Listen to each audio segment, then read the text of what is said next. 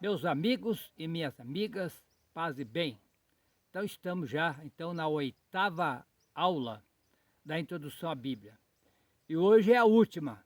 Depois nós vamos começar já a introdução à pastoral.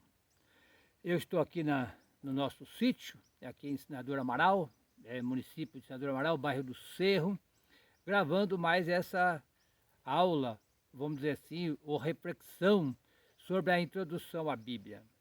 E hoje nós vamos conversar que a Bíblia, ela não foi escrita de uma só vez. A Bíblia foi escrita no decorrer da história. Levou 1.300 anos. Então ela não foi escrita assim livro por livro, capítulo por capítulo, versículo por versículo. Não. Ela foi escrevendo e foi ficando solto por aí. Foi só no ano 400 depois de Cristo que a Igreja Católica já pertencia essa época ao Império Romano, podemos esquecer isso, porque a nossa igreja é a Igreja Católica Apostólica Romana. Não deveria ser assim, né? Deveria ser católica, apostólica, cristã. Nós seguimos Cristo, nós não seguimos romanos. Mas por que romanos? Porque o Império Romano nos apropriou da nossa igreja lá no ano 312 até o 325 depois de Cristo, da nossa era, e já começou então a igreja foi dominada pelo Império Romano, vamos dizer assim, né? No encontro de hoje, dando continuidade, então, nós vamos falar a questão da tradução. Olha, no começo, a Bíblia era tudo escrito manuscrito. O que é manuscrito? Você pega a caneta e vai escrevendo. Já pensou que dificuldade? Como é que você ia passar uma Bíblia para outra comunidade, tudo escrito à mão? Foi muita dificuldade. E a gente vai ver que ela só começou a ser a Bíblia impressa no ano 1450, com o Gutenberg. Mas nós vamos chegar lá, é muito louco, vamos dizer assim, até a gente chegar lá tem uma caminhada muito grande. Muito bem, nós vamos conversar hoje sobre a Septuaginta. O que significa isso? A Bíblia, ela não foi escrita em português, ela foi escrita em hebraico. O Antigo Testamento todo escrito em hebraico. E depois o Novo Testamento escrito em grego. Por que isso? Porque o povo que morava lá em Israel, eles falavam o hebraico. Só que quando eles foram dominados foi sendo dominado pelos impérios, né? Que a gente sabe a história, vamos estudar logo a história de Israel, né? Foi dominado pelo Império Assírio, pelo Império Babilônio, Império Persa e pelo Império Grego. Então começou a falar todo mundo grego, porque é o império que colocava a língua sobre eles. Então, a Septuaginta é a Bíblia do Antigo Testamento. Por que aconteceu isso aí? Por que chama Septuaginta? Que significa a Bíblia que foi traduzida pelos 70 sábios lá de Israel. Esses 70 sábios, foi eles que traduziram a primeira tradução no ano 300 antes de Cristo. Eles traduziram então a primeira tradução. Por que aconteceu isso? Porque com as grandes perseguições que o povo teve pela invasão dos impérios, o pessoal foi escravizado, foi levado lá para o Império da Babilônia. Foi levado lá, depois ficou pelo Império Persa e depois pelo Império Grego. Então, os primeiros que foram para lá falavam muito bem o hebraico. E eles tinham a Bíblia para eles lá, do Antigo Testamento, e lia e repetia. Porque para o povo de Israel, sempre a Bíblia foi a palavra de Deus. Foi a Bíblia sagrada na mão deles, né? Foi a Bíblia sagrada. E até é bom a gente repetir o que é sagrado, tá? Isso é muito importante também. Por que ela chama Bíblia Sagrada ou Escritura Sagrada? Muito bem. Lá no Egito, os primeiros falavam hebraico. Passado-se um tempo, dos 100 anos, ninguém mais sabia falar o hebraico. Porque foi nascendo os filhos, foi casando, foi misturando a raça, não sabia mais. Então sentiu-se a necessidade de traduzir do hebraico para o grego. É como se fosse aqui no Brasil, os primeiros japoneses que veio para cá falavam muito bem o japonês. Depois a terceira geração já não sabia mais. O italiano também. veio para cá, falava muito bem italiano. A terceira geração já não sabia mais falar italiano. Então, lá aconteceu com ele que ele estava no Egito. E daí precisou ser traduzido. E esses 70 sábios, que eram os teólogos lá da época, traduziram esse livro para o grego. Então isso aí se chama-se Septuaginta, que significa o livro dos 7 sábios, né? Os 7 sábios aqui, que a tradução que chama, a tradução, melhor, 70 sábios, perdão. 70 sábios, que significa a tradução dos 70, porque é a tradição feita pelos 70 sábios a partir do século III. Muito bem. Então, primeiro de tudo, a Bíblia era escrita à mão, que a gente já falou aqui, né? Então, como é que eles escreviam à mão? Primeiro de tudo, eles escreviam o manuscrito, naquele tempo não tinha papel. Então, ele escrevia no papiro e depois no pergaminho. O que é o papiro? O papiro, para nós do Brasil aqui, quem trabalha, morou na roça, já sabe, pega aquela embira, você tira a embira do pau, ela fica assim, e trança ela, faz trançado assim, ó, trançado. E ali, depois molha ela, põe para curtir, ela, quando ela seca, ela vira como se, ela cola, é como se fosse um papel. Eu, em 2018, eu estive lá no Egito fazendo uma pesquisa, passei lá uma semana, depois fui para Israel, e eu trouxe umas folhas de papiro para cá, para o pessoal conhecer. Para nós também, para quem conhece Taboa, na beira do Brecht, tem aquelas Taboa, né? Aquela fita grande, aquilo também trançava, também dá para fazer aquilo lá também. Mas lá no Israel já não tinha isso aí, porque lá eles têm esse papiro, pegava lá na beira do rio Nilo. Agora lá em Israel já não tem mais isso aí, não tinha isso aí. Então o que eles faziam? Eles faziam pelo o couro do carneiro ou de cabra. Pegava o couro, né, lavava bem, esticava ele e aí ficava como se fosse um papel. E daí ali escrevia. Por isso que chama na Bíblia, os livros da Bíblia, chama rolo. Quando a gente fala o Pentateuco, os primeiros 5 livros da Bíblia chama Pentateuco. Quer dizer, penta significa 5, que é o livro do Gênesis, Êxodo, Levítico, Número e Deuteronômio. Esse 5 livros é chamado de penta, que é uma palavra grega. E teuco significa estojo, ou significa rolo. Quando o pessoal enrola assim, ó, enrolar, era o que eles faziam. Então era escrito nesse manuscrito aí. Bom, isso aí também está nas, se vocês quiserem ver, é só olhar lá, Apocalipse 2, capítulo 2, versículo 12. Lá tem a cidade de Pérgamo. Era o pessoal que era especialista em fazer isso aí lá. Muito bem, continuando mais um pouquinho. Aí, com o tempo se passaram, aqui eu estou falando 300 anos antes de Cristo. Lá no ano 382, depois de Cristo, já o pessoal já não sabia mais o grego, porque o grego já tinha acabado há muito tempo. O Império Romano chegou lá e ocupou aquela região. Então já não tinha mais, não falava mais de grego, falava-se o latim. E o povo não sabia ler o latim, ou melhor, o grego, perdão. Aí ele tinha que traduzir para o latim. Então o Papa Damásio, ele confiou ao Jerônimo, que hoje nós chamamos São Jerônimo, né? Para ele traduzir a Bíblia, tanto, e organizar também, né? Porque estava solto, tinha vários livros, em cada lugar tinha livro. Ele ia juntar esses livros e porque cada um fazia a sua leitura. Vamos dizer assim, eu estava aqui no Cerro, fazia uma leitura. O pessoal de Itatiba fazia leitura, Cambuí fazia leitura. Mas como a igreja católica, cada um fazia a sua leitura, cada um lia um livro. Oh, mas peraí, vamos unificar isso aí. Papa Damásio encarregou o Jerônimo. Claro que não foi só o Jerônimo, ele tinha uma equipe muito grande, né, que trabalhava com ele. E ele começou no ano 385. E ele levou 20 anos, terminou no ano 405, para organizar a Bíblia e escrever tudo. Então ele foi traduzir a Bíblia do hebraico para o latim e do grego para o latim. Isso foi um trabalho muito difícil. Ele tinha uma equipe muito grande, de mais ou menos 250 pessoas. E por incrível que pareça, a maioria que eram mulheres, que as mulheres são boas para escrever. A maioria eram mulheres. Então elas escreveram, foi traduzindo, ele foi organizando. Só que o Jerônimo não sabia o hebraico. Aí ele teve que ir lá em Jerusalém, ficou 5 anos lá para aprender o hebraico, para poder traduzir.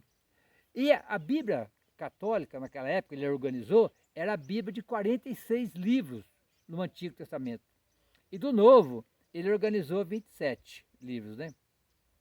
Bom, e essa briga começou lá no ano 85 já, depois de Cristo, que quando os judeus separaram dos cristãos, era judeu do judaísmo, tudo judeu, mas judeu do judaísmo e judeu cristão. Ah, Cristo não existe, e separou. Nessa época, os cristãos foram expulsos das sinagogas. Então, quando você for ler o Evangelho de Mateus, Marcos, Lucas e João, eles são um grupo de resistência. Eles estão fora da religião da época. Aí se apegaram a Jesus. Lá, eles liam os 46 livros já do Antigo Testamento. Mas, quando o Jerônimo foi lá, o rabino falou para ele, olha, a Bíblia de vocês está errada. Por quê? O certo é só 39. Por quê? Porque o 39 livro está escrito em hebraico. Esses 7 livros está escrito em grego. Que é o livro de Tobias, os 2 livros de Macabeus, é o livro de Baruque, o livro de Judite, né? Então esse livro não serve. Mas ele voltou lá para Roma, dizendo o seguinte, ó, eu vou traduzir os 46 livros como manda a Santa Amada Igreja. Esse aí é bonito, essa parte aí, né? Como manda a Santa Amada Igreja. Mas a nossa Bíblia está errada, porque de acordo com o que eu aprendi lá, é 39 livros. Já estava todo mundo convencido com os 46 livros, aí ele falou assim, mas como é que a gente vai fazer com esses livros então? Ele falou, não, vamos colocar. Só que esse livro chama Deutério Canônico. O que quer dizer? Deutério quer dizer segunda categoria. Ó, canônico, Deutério, é segunda categoria. Canônico porque não vai entrar entrou na Bíblia, mas entrou como segunda categoria. Aí deu um racha de novo, mas ele traduziu tudo certinho. E continuou andando, então, os dois, né, as duas versões, até o ano 1445, no Concílio de Ferrara. E lá, 1000 anos depois, hein? 1405 para 1400 e pouco lá. Não lembro agora de cabeça aqui, mas é 1400 e pouco lá. Bom, lá o Papa bateu o martelo. Olha, agora a Bíblia católica é essa. Que é o 46 livros do Antigo Testamento, e os 27 do Novo, que dá 73 livros. Mas daí, quando chegou no ano 1545, olha, o Lutero, que estava separando da Igreja Católica, ele foi o primeiro, né, fazer a tradução para primeiro fazer a tradução para o alemão, do latim para o alemão. Ele achava que todo mundo devia ler a Bíblia. E quando ele fez, ele deixou esses 7 de lado também. Então, até hoje, nós estamos com 2 Bíblias, né? Não chegamos a uma conclusão ainda, né? Tem a Bíblia dos Evangélicos, que é a Bíblia com 66 livros, e a nossa com 73 livros. Então, essa Bíblia traduzida lá do hebraico e do grego para o latim, foi chamado de Vulgata. O que significa esse nome Vulgata? Significa comum, usual, significa isso. É uma Bíblia usual. Então, por isso que nós temos então a Bíblia Septuaginta, que foi traduzida pelos 70 sábios, do hebraico para o grego, e agora nós temos a Vulgata, que é traduzida do latim para o português. Muito bem, aí é isso aí a história. Vamos continuar então. Aí, a primeira Bíblia impressa, então ela foi escrita, ela foi só impressa por Gutenberg, que é um francês, no ano 1450. Foi o primeiro livro que foi impresso pela imprensa foi a Bíblia, no ano 1455.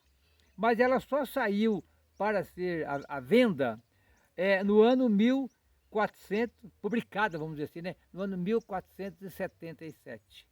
Então aqui nós já aprendemos então um pouquinho o que é Septuaginta, o que é manuscrito, o que é a Septuaginta e agora o que é, traduzido então para o latim, para o latim.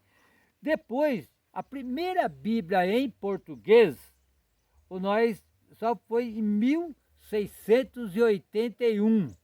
1681, por João Ferreira de Almeida. O João Ferreira de Almeida era um padre, e depois ele virou crente. Ele traduziu em 1681. E de lá para cá, então, traduziu para o português. E até ali a gente não tinha Bíblia em português. Ó. Olha só, o Brasil foi descoberto em 1500 e nós não tinha, era tudo Bíblia latim. E só foi no 1681. E nos últimos 50 anos, aí saiu várias Bíblias, depois do Vaticano II. 50 anos, 55 anos agora, estamos dizendo assim, né? Saiu várias Bíblias e cada uma traduzida. Todas as Bíblias são traduzidas, é claro. Mas o problema aqui é quando você tem um livro escrito em outra língua.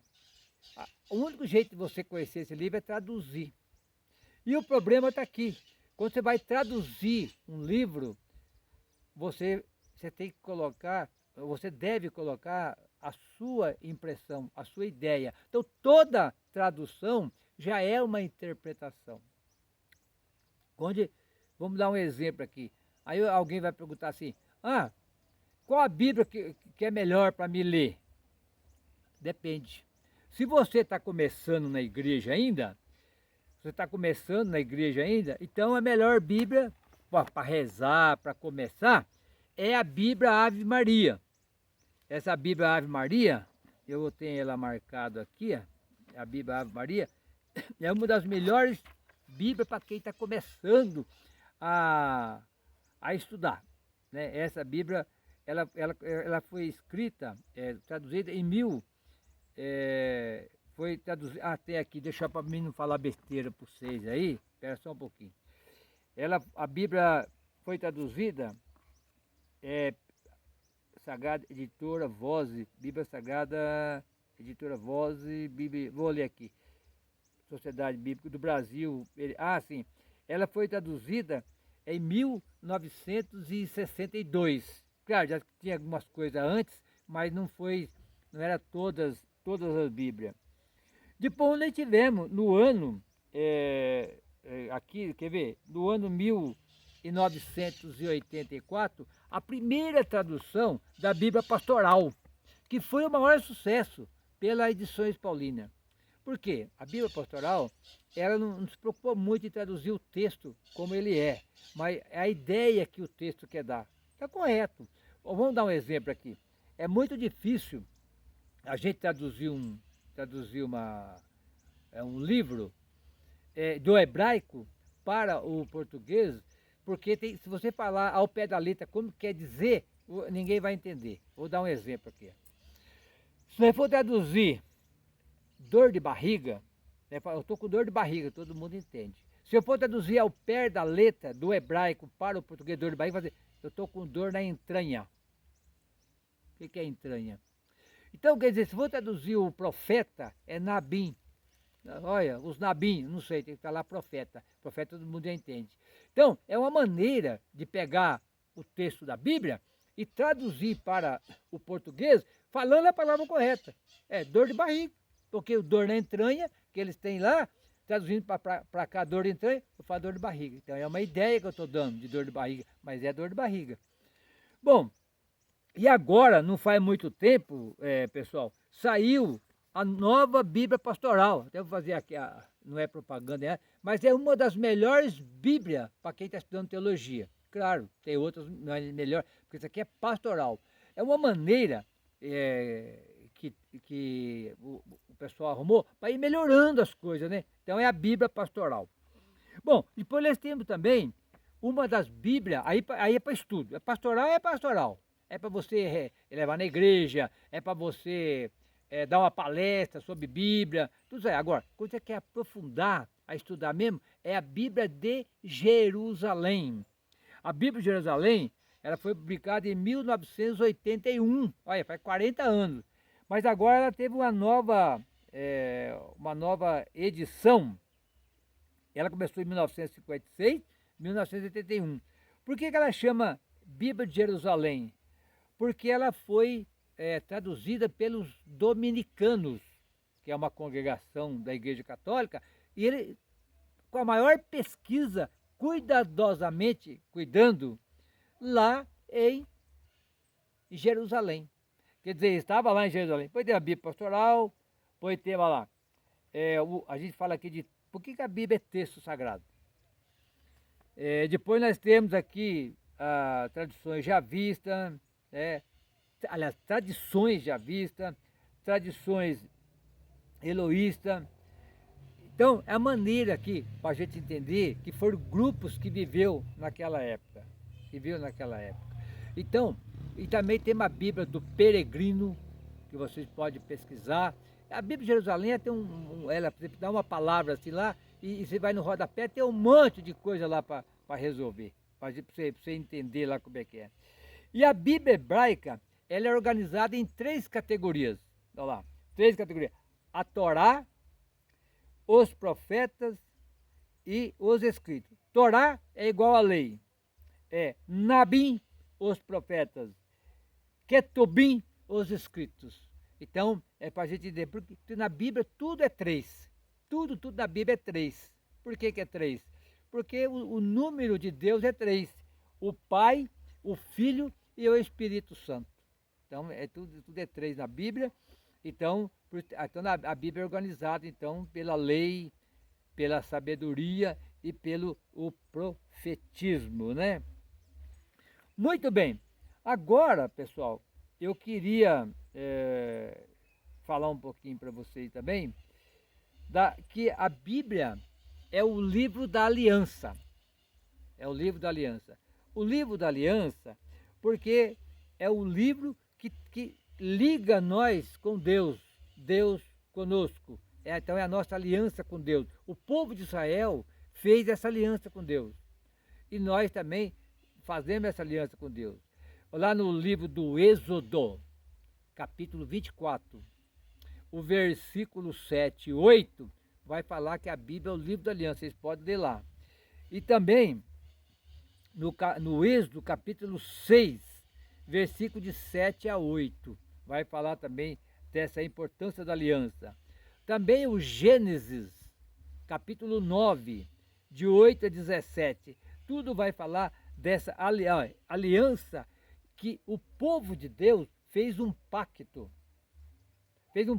com Deus. Por isso que a Bíblia é chamada, a Bíblia é a história de um povo oprimido, caminhando junto com seu Deus. Então a grande importância de nós viver esse Deus da vida, né? A importância do Deus que nos ajuda, o Deus que nos leva a gente a entender a importância de tudo isso. Então, eu quero agora pegar aqui com vocês me derem licença agora, um texto para nós refletir, então, tudo isso que eu falei, como é que eram os escritos da Bíblia. Então, vocês vão pegar lá em Lucas, o capítulo 1, certo? Capítulo 1 de Lucas, o versículo de 1 a 4. Lá vai falar muito bem essa relação do processo. Como é que é o processo da Bíblia, né? A Bíblia primeiro tem um fato, a história que aconteceu. Tudo aconteceu. Então a gente vai falar assim, olha, a Bíblia não é factual. O que quer dizer isso? Factual quer dizer, é fato real. Factual é a palavra da teologia. É factual. É um fato real. É um fato de vida. Só que quando esse fato está acontecendo, não tem ninguém filmando. Quando esse fato está acontecendo, não tem ninguém escrevendo, não tem ninguém que marca alguma coisa, não. Então, esse fato vivido é a primeira coisa. Só que esse fato vivido, ele foi tão importante na vida do povo de Israel que algumas pessoas guardou aqui na memória. Então, o segundo ponto é a memória oral. Então, ninguém está descrevendo, memória oral. E o que é memória? Memória é se tornar presente. Então, alguém guardou na cabeça isso aqui. Celebrou, rezou. Vamos dar só um exemplo. A história de Abraão. Está lá no ano 1800 a.C. Sabe quando que ele foi escrito? No ano 900. Olha que disparate. 900 anos depois dessa história, o pai contava para filho. Nós já lemos esses textos aqui para vocês entenderem. Agora eu quero ler o Lucas 1, de 1 a 4, para vocês verem como que essa história foi assim. Lucas 1, de 1 a 4. Diz assim, olha, muitos tentaram escrever a história dos acontecimentos que se cumpriram entre nós. Olha, mas que história que é essa? Aqui no caso de Lucas é Novo Testamento. Olha, muitos já tentaram escrever, então já tinha muita coisa escrita, né? Tentaram escrever a história dos acontecimentos aqui entre nós. Mas que história que é essa? Aqui é a história do Novo Testamento. É a história de Jesus e as comunidades, tudo que aconteceu com Jesus. Mas ele não viu. Ele veio depois, ele não conheceu Jesus, que nem o Mateus e o Marcos. Não. Ele é que nem eu, conheceu Jesus a partir da fé. Aí ele vai falar aqui, olha lá. Tal como nos transmitiram aqueles que desde o princípio foram testemunhas oculares e ministros da palavra. Então, aqueles que transmitiram, foi aqueles que viram, oculares, foram aqueles que viram. Então, eles transmitiram oral. Depois, agora ele está escrevendo. Viu como é que é o negócio? Aí depois ele fala assim, olha, assim sendo, decidi escrever, assim também eu decidi escrever para você, ilustre Teófilo, uma narração bem ordenada, depois de ter pesquisado, investigado, cuidadosamente todas as coisas desde o princípio. Isso é para que você fique certo que os ensinamentos que recebeu são sólidos. Olha que bonito. Quer dizer, ele fez uma pesquisa cuidadosamente, mas já tinha escrito de Marcos, tinha escrito de Mateus, tinha a carta de São Paulo escrito já. Com certeza ele leu todos esses evangelhos aí e pesquisou para aqueles que viram. Ele está no ano 90 aqui, no caso aqui, ano 90 depois de Cristo. Marcos é no ano 70, 75, e ele está no ano 90. E ele pesquisou tudo. Então, olha lá, é a história, o fato memorizado, texto que já tinha, e depois Lucas. Então, Lucas é o quarto. Ó. Primeiro, a história. Depois ele pesquisou com aqueles que viram e ouviram. Também está lá na a primeira carta de João, de 1 a 4, vai falar isso aí. Vocês podem pegar lá. Primeira carta de João, de 1 a 4. Capítulo 1, versículo de 1 a 4. E depois ele vai falar aqui, ó. Os textos, que ele muito tentaram escrever, e agora o Lucas está escrevendo. Então a Bíblia tem um processo. Então, nós vamos continuando então sempre aqui para nós aprender sempre mais, né? Então hoje nós conversamos sobre o manuscrito, conversamos sobre a Septuaginta, que é a tradução dos 70, né, sábio lá de Jerusalém, e depois a tradução do Jerônimo, São Jerônimo, no ano 385 até o ano 405 depois de Cristo, e depois muita gente hoje está falando dessa palavra de Deus. Então vamos ficando por aqui hoje, esperando que você pegue esses textos lá para ler, que está citado aí, né?